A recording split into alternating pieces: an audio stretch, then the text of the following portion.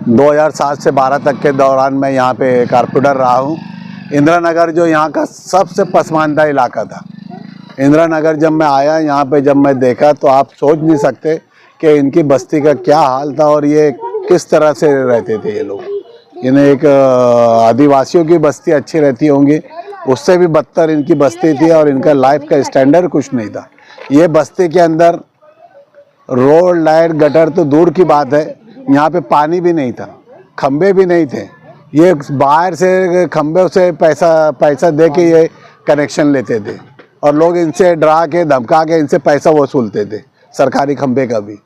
ये लोगों के घर से पानी लाते थे, पैसा दे के पानी लाते थे। गरीब बस्ती, मेहनत कशों की बस्ती थी, गुर्बत वाली बस्ती थी। यहाँ के मर्द व खातिन ये सारे काम काज करने वाले लोग थे, कोई घरों में काम करते थे। ऐसी इस तरह की ये बस्ती थी और इनका कोई पुरसाने हाल नहीं था, कोई इनका पुरसाने हाल नहीं था, कोई इनको पूछने वाला नहीं था। जब मैं इनकी हालत देखा और जब मैं यहाँ से, जब यहाँ 7 के इलेक्शन में जब मैं लड़ रहा था और जब मैं देखा, मैं जब भी इनसे वादा किया था कि मैं आने के बाद में इंशाल्लाह तुम्हारा जो बेसिक सुविधा है और ये जो तुम सज़ा के तौर से ज़िंदगी जी रहे, ये ज़िंदगी नहीं एक सज़ा है कि तरह से तुम जी रहे हो, इंशाल्लाह मैं बदल के दूँगा।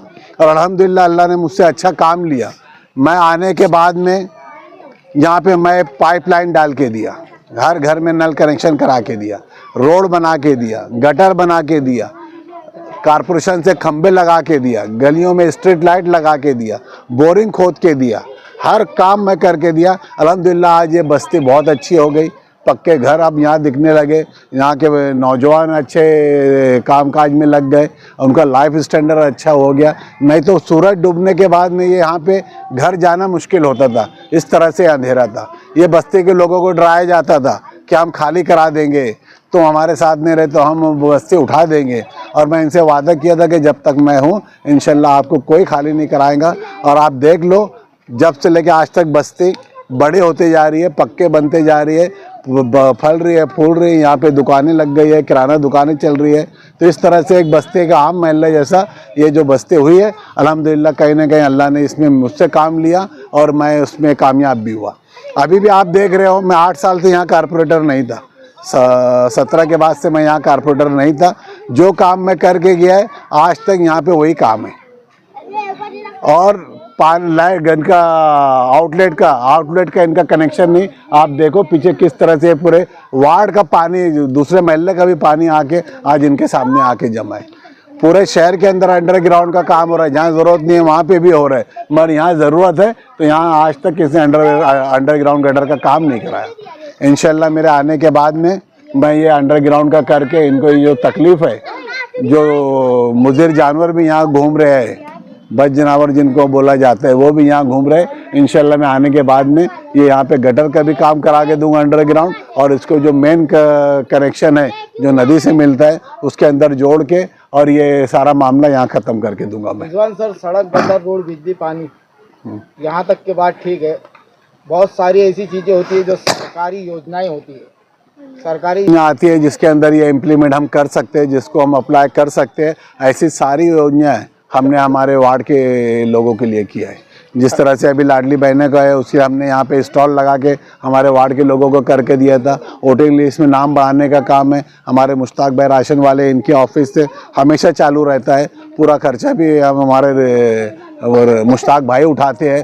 राशन कार्ड बनवाना हो, पीला राशन कार्ड करना हो, ये सारे काम भी हमारे वार्ड से होते हैं, हमारे ऑफिस से होते हैं, हमारे मुश्ताक भाई करते हैं। बच्चों के लिए हमने यहाँ पे कंप्यूटर क्लास जो हमारे यासुना मस्जिद के सामने चलती है उसका भी इंतज़ाम कराया है। और इंशाल्लाह इलेक्शन के बाद में उसको एक हम अच्छी तरह से अच्छा ऑपरेटर रख के फिर से उसको रवा दवा करेंगे। अच्छा, दीगर पार्टियों के लोग जो इलेक्शन लड़ रहे हैं उन लोगों का ये कहना, देखो ऐसा SIR हुआ है या इससे पहले NRC था या उससे पहले ACC था, क्या जो भी आता है ये एक हवा रहता है। ये एक वो मुसलमानों को डराने के लिए BJP का हवा रहता है, मुस्लिम लीडर वोटर्स को मुसलमानों को डराने के लिए वो हवा होता है।